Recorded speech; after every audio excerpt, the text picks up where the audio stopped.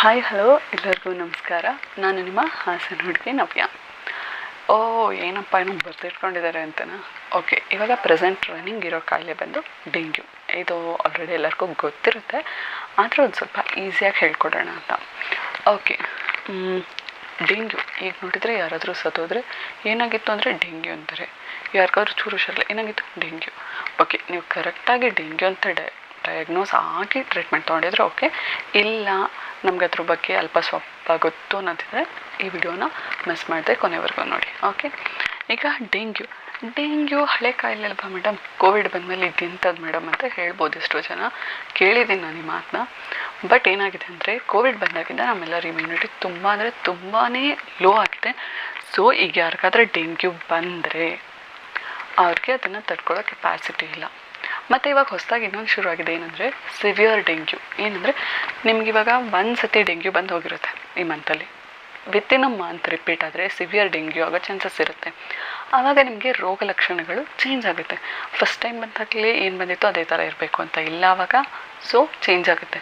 ನಿಮಗೆ ಆ ಚೇಂಜಸ್ನ ಗೊತ್ತು ಮಾಡ್ಕೊಳ್ಳೋಕ್ಕೆ ತುಂಬ ಅಂದರೆ ತುಂಬಾ ಟೈಮ್ ಬೇಕಾಗುತ್ತೆ.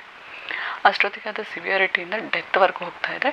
ಸೊ ನೆಗ್ಲಿಜೆನ್ಸಿ ಮಾಡಬೇಡಿ. ಯಾರೇ ಜ್ವರ ಬಂದರೂ ತಕ್ಷಣ ಡಾಕ್ಟ್ರ್ ಹತ್ರ ಹೋಗಿ ತೋರಿಸ್ಕೊಂಡು ಟ್ಯಾಬ್ಲೆಟ್ಸು ಮೆಡಿಸಿನ್ಸ್ ಏನು ಕೊಡ್ತಾರೆ ತಗೊಳ್ಳಿ. ಹಾಗೆ ಚೆನ್ನಾಗಿ ನೀರು ಕುಡೀರಿ, ಮೈ ತುಂಬ ಬಟ್ಟೆ ಹಾಕ್ಕೊಳ್ಳಿ. ಓಕೆ, ಈಗ ಎಲ್ಲೆಲ್ಲಿ ಜಾಸ್ತಿ ಆಗಿದೆ ಅಂತ ಕೇಳ್ಬೋದು ನೀವು. ಎಲ್ಲೆಲ್ಲಿ ಹೈ ಟೆಂಪ್ರೇಚರ್ಸ್ ಇತ್ತು, ಈಗ ರೀಸೆಂಟಾಗಿ ಎಲ್ಲ ಕಡೆನೂ ಸೆಕೆ ಜಾಸ್ತಿ ಆಗಿತ್ತು, ಸೊ ಅಲ್ಲಿ. ಮತ್ತು ಈಗ ರೀಸೆಂಟಾಗಿ ಎಲ್ಲೆಲ್ಲಿ ಮಳೆ ಬಂದೋಗಿದೆ ಅಲ್ಲಿ ಹೆವಿಯಾಗಿದೆ ಡೆಂಗ್ಯೂ, ಅಲ್ಲಂತೂ ತಡೆಯೋಕ್ಕೆ ಆಗ್ತಿಲ್ಲ. ಓಕೆ ಮೇಡಮ್, ಇದು ಏನೇನು ಸಿಮ್ಟಮ್ಸ್ ಇರುತ್ತೆ? ಓಕೆ, ಫಸ್ಟ್ ಟೈಮ್ ಬಂದವ್ರಿಗೆ ಆಲ್ಮೋಸ್ಟ್ ಎಲ್ಲ ಮಾಮೂಲಿ ಜ್ವರಕ್ಕೆ ಬಂದಾಗ ಏನೇನು ಬರುತ್ತೆ ಅದೇ ಇರುತ್ತೆ. ಏನೇನು ಜ್ವರ ಬರುತ್ತೆ. ಓಕೆ, ನಾನು ರೋಗ ಲಕ್ಷಣಗಳು ಹೇಳ್ತಿರೋದು ಮೊದಲನೇದಕ್ಕೆ. ಮಾಮೂಲಿ ಡೆಂಗ್ಯೂ ಬಂದರೆ, ಸಿವಿಯರ್ ಡೆಂಗ್ಯೂ ನಾನೇನು ಹೇಳ್ತಿಲ್ಲ. ಏನೇನಾಗುತ್ತೆ ಅಂದರೆ ಜ್ವರ ಬರುತ್ತೆ, ಕಣ್ಣು ಹಿಂದೆ ನೋವು ಬರುತ್ತೆ, ಮೈಕೈ ನೋವು ಬರುತ್ತೆ, ಆಮೇಲೆ ಮಸಲ್ಸ್ ಎಲ್ಲ ಕ್ರ್ಯಾಂಪ್ಸ್ ಆದಂಗೆ, ಅಂದರೆ ಈ ಮಾಂಸಖಂಡ ಎಲ್ಲ ಹಿಡ್ದಿಡ್ದಂಗೆ ಆಗುತ್ತೆ. ಆಮೇಲೆ ಕೆಲವೊಬ್ರಿಗೆ ರ್ಯಾಷಸ್ ಆಗುತ್ತೆ, ಕೆಲವೊಬ್ಬರಿಗೆ ಡಿಹೈಡ್ರೇಷನ್ ಫೀಲ್ ಆಗುತ್ತೆ, ಒಬ್ಬೊಬ್ರಿಗೆ ಒಂದೊಂದು ಥರ ತೊಂದರೆ ಆಗುತ್ತೆ. ಇದೇ ಅದೇ ಅಂತ ನಾನು ಯಾವುದನ್ನು ಹೇಳೋಕ್ಕಾಗಲ್ಲ. ವಾಮಿಟಿಂಗ್ ಇರ್ಬೋದು, ನೋಸಿಯಾ ಇರ್ಬೋದು. ನೋಸಿಯಾ ಅಂದರೆ ವಾಂತಿ ಬರೋ ಥರ.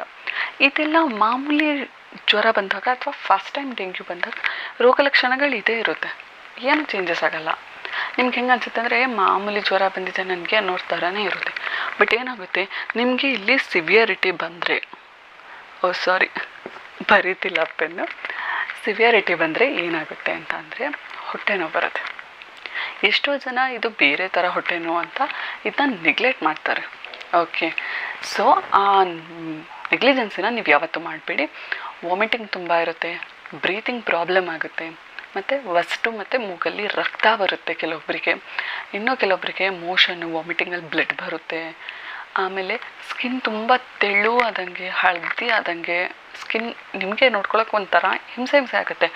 ಆ ಥರ ಆಗುತ್ತೆ ಕೆಲವೊಬ್ಬರಿಗೆ.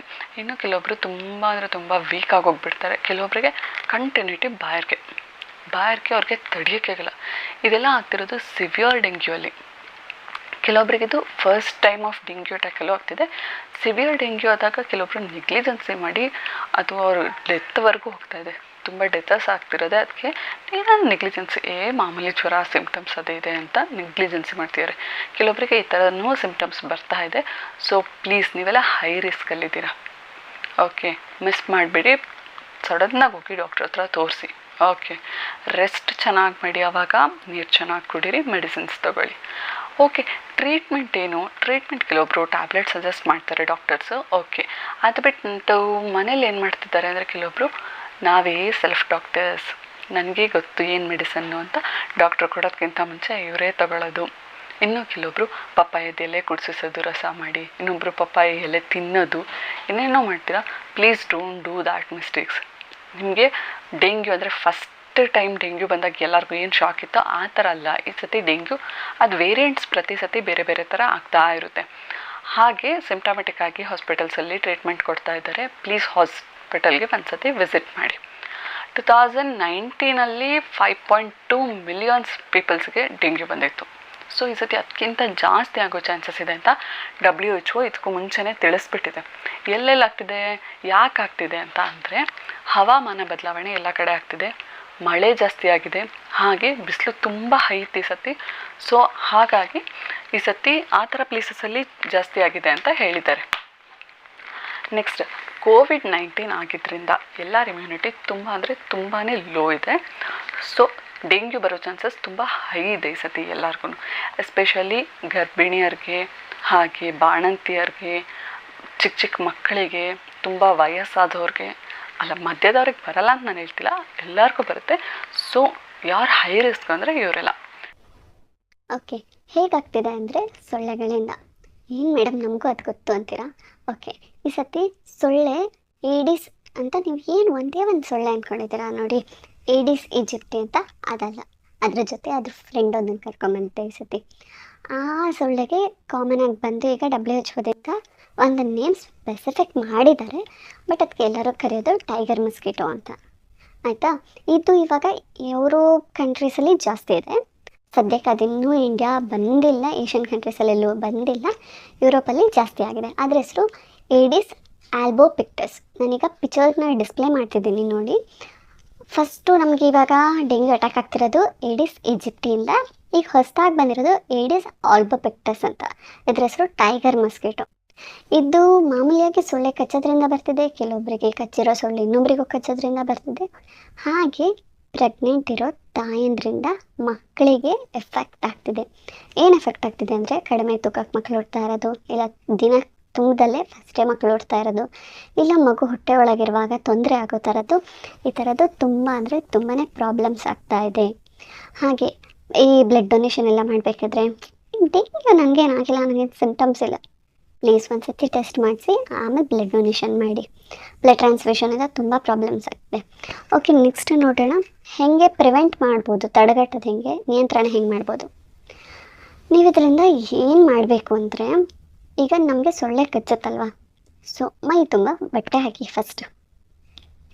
ನೆಕ್ಸ್ಟ್ ಬಂದು ಮನೇಲಿ ಮಸ್ಕಿಟೋ ನೆಟ್ಸ್ ಯೂಸ್ ಮಾಡಿ, ಇಲ್ಲ ರೆಪ್ಲೆಂಟ್ಸ್.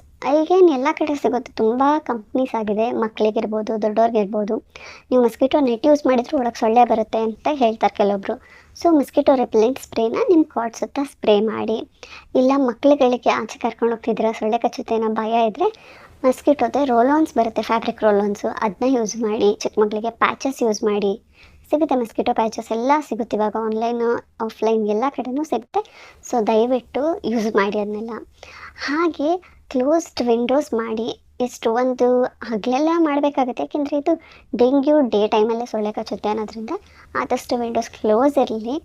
ಹಾಗೆ ಇನ್ನೊಂದು ಮಾಡ್ಬೋದು ನೀವು, ಏನಂದರೆ ಈಗ ಜನರಲಿ ಎಲ್ಲ ಮಾಡ್ತಿರೋದೇ ಅದು, ಕಾಯಿಲ್ಸು, ವೆಪರೈಸರ್ಸು ಯೂಸ್ ಮಾಡ್ಬೋದು. ನಾವು ಸೊಳ್ಳೆ ಹುಟ್ಟದಲ್ಲೇ ಇರೋ ಥರ ಏನಾದರೂ ಮಾಡಬೇಕಲ್ವಾ. ನೀವೆಲ್ಲರೂ ನೋಡಿರ್ತೀರ ಫೈಟರ್ ಫಿಶಸ್ ಅಂತ ಮನೇಲಿ, ಮತ್ತು ಕೆಲವೊಂದು ಕೆಫೇಸಲ್ಲಿ ಎಲ್ಲ ಕಡೆನೂ ಇಟ್ಟಿರ್ತಾರೆ ಅದನ್ನು ಸ್ಟೈಲಿಶ್ ಆಗಿ. ಅದನ್ನು ಗಪ್ಪಿ ಫಿಶ್ ಅಂತ ಕರಿತೀವಿ. ಫೈಟರ್ ಫಿಶಸ್ನ ತೋರಿಸ್ತಾ ಇರ್ತಾರೆ. ಸೊ ಅದೇ ಫೈಟರ್ ಫಿಶ್ನ ಈಗ ಸ್ವಿಮ್ಮಿಂಗ್ ಪೂಲಲ್ಲೆಲ್ಲ ಬಿಡ್ತಾ ಇದ್ದಾರೆ, ಯಾಕೆಂದರೆ ಸೊಳ್ಳೆ ಬ್ರೀಡಿಂಗ್ ನಡಿಬಾರ್ದು ಅಂತ. ಹಾಗೆ ಕೀಟನಾಶಕಗಳನ್ನ ಯೂಸ್ ಮಾಡ್ತಾ ಇದ್ದಾರೆ ತುಂಬ ಜನ ಮನೆ ಸುತ್ತ ಎಲ್ಲ. ಸೊ ಅದರಿಂದನೂ ನಾವು ಸೊಳ್ಳೆ ಎಲ್ಲೂ ಅಲ್ಲೆಲ್ಲೂ ಹುಟ್ಟದಲ್ಲೇ ಇರೋ ಥರ ನೋಡ್ಕೊಬೋದು. ನೆಕ್ಸ್ಟ್ ಇನ್ನೇನು ಮಾಡ್ಬೋದು ಅಂದರೆ, ನಾವು ಕೆಲವೊಂದು ದೇಶದಲ್ಲಿ WHO ಪರ್ಮಿಷನ್ ಕೊಟ್ಟಿಲ್ಲ, ಕೆಲವೊಂದು ದೇಶಗಳು ವ್ಯಾಕ್ಸಿನ್ ಮಾಡ್ಕೊಂಡಿದೆ. 6 to 16 years ಅವ್ರಿಗೆ ಮಾತ್ರ ವ್ಯಾಕ್ಸಿನ್ ಹಾಕ್ತಾ ಇದ್ದಾರೆ. ವ್ಯಾಕ್ಸಿನ್ ಹೆಸರು ಬಂದು ಕ್ಯೂಡೆಂಗಾ ಅಂತ. ನಮ್ಮ ದೇಶದಲ್ಲಿ ಅದೇನೋ ಅಪ್ರೂವ್ ಆಗಿಲ್ಲ. ಅಪ್ರೂವ್ ಆದರೆ ಇನ್ ಕೇಸ್ ಎಲ್ಲರಿಗೂ ವ್ಯಾಕ್ಸಿನೇಷನ್ ಸಿಗುತ್ತೆ. ಬಟ್ ಕೆಲವೊಂದು ದೇಶದಲ್ಲಿ ಈ ವ್ಯಾಕ್ಸಿನೇಷನ್ ಆಲ್ರೆಡಿ ಕೊಡ್ತಾ ಇದ್ದಾರೆ. ಸೊ ನೆಕ್ಸ್ಟು ಡಾಕ್ಟರ್ಸ್ ಹತ್ರ ಹೋಗಿ ಡೆಂಗ್ಯೂ ಬಂದರೆ ಮಿಸ್ ಮಾಡಬೇಡಿ. ರೆಸ್ಟ್ ತೊಗೊಳ್ಳಿ, ಚೆನ್ನಾಗಿ ನೀರು ಕುಡೀರಿ. ಆಮೇಲೆ ನಿಮ್ಮ ಸಿಮ್ಟಮ್ಸ್ನ ನೀವೇ ಮಾನಿಟರೈಸ್ ಮಾಡಬೇಕು. ಹೇಗೆ ಜ್ವರ ಇದೆಯಾ, ಜ್ವರ ಎಷ್ಟಿದೆ, ಹೆಚ್ಚು ಕಡಿಮೆ ಏನಾದರೂ ಆಗ್ತಿದೆಯಾ. ನೀವೇನೇ ಡಾಕ್ಟರ್ಸ್ ಹತ್ರ ತೋರಿಸ್ಕೊಂಡ್ರೆ ನೀವು ಅದನ್ನ ನೋಡಬೇಕು. ಕಣ್ಣು ಹಿಂದೆ ನೋವಿತ್ತು, ನೆನ್ನೆ ಅಷ್ಟೇ ಇದೆಯಾ, ಚೆಕ್ ಮಾಡ್ತಾ ಇರಬೇಕು ರಿಪೀಟೆಡಾಗಿ. ಓಕೆ, ಇಲ್ಲಿಗೆ ಮುಗಿಸೋಣ ಡೆಂಗ್ಯೂ ಬಗ್ಗೆ. ಸೊ ಈ ಸತಿ ಜಾಸ್ತಿ ನಮ್ಮ ದೇಶದಲ್ಲಿ ಆಗ್ದಲೇ ಇರಲಿ, ಯಾರು ಡೆಂಗ್ಯೂದ ಎಫೆಕ್ಟ್ ಆಗ್ದಲೇ ಇರಲಿ, ಇನ್ನು ಮುಂದೆ ಯಾರು ಸಾಯ್ದಲೇ ಇರಲಿ ಅಂತ ಪ್ರೇ ಮಾಡಬೇಕು ನಾವು. ಹಾಗೆ ಹೆಲ್ತ್ ಟಿಪ್ಪು ಇವತ್ತು ಕೊಡಲ್ಲ, ನೆಕ್ಸ್ಟ್ ವೀಡಿಯೋದಲ್ಲಿ ಕೊಡ್ತೀನಿ. ಒಂದು ಡಿಸೀಸ್ ಆಗಿದೆ ಅಲ್ವಾ, ನೆಕ್ಸ್ಟ್ ಹೆಲ್ತ್ ಟಿಪ್ ಕೊಡ್ತೀನಿ. ಓಕೆ, ಯಾರು ಮಿಸ್ ಮಾಡಬೇಡಿ, ಸಬ್ಸ್ಕ್ರೈಬ್ ಮಾಡಿ, ಶೇರ್ ಮಾಡಿ. ಆಲ್ಮೋಸ್ಟ್ ತುಂಬ ಜನ ಹೊಸ ಸಬ್ಸ್ಕ್ರೈಬರ್ಸ್ ಆಗಿದ್ದೀರಾ, ಥ್ಯಾಂಕ್ ಯು. ನನಗೆ ಅದೇ ಮೋಟಿವ್ ಮಾಡ್ತಾ ಇರೋದು ಹೊಸದಾಗಿ ವೀಡಿಯೋ ಮಾಡೋಕ್ಕೆ. Thanks for subscribing. Bye and see you in the next video.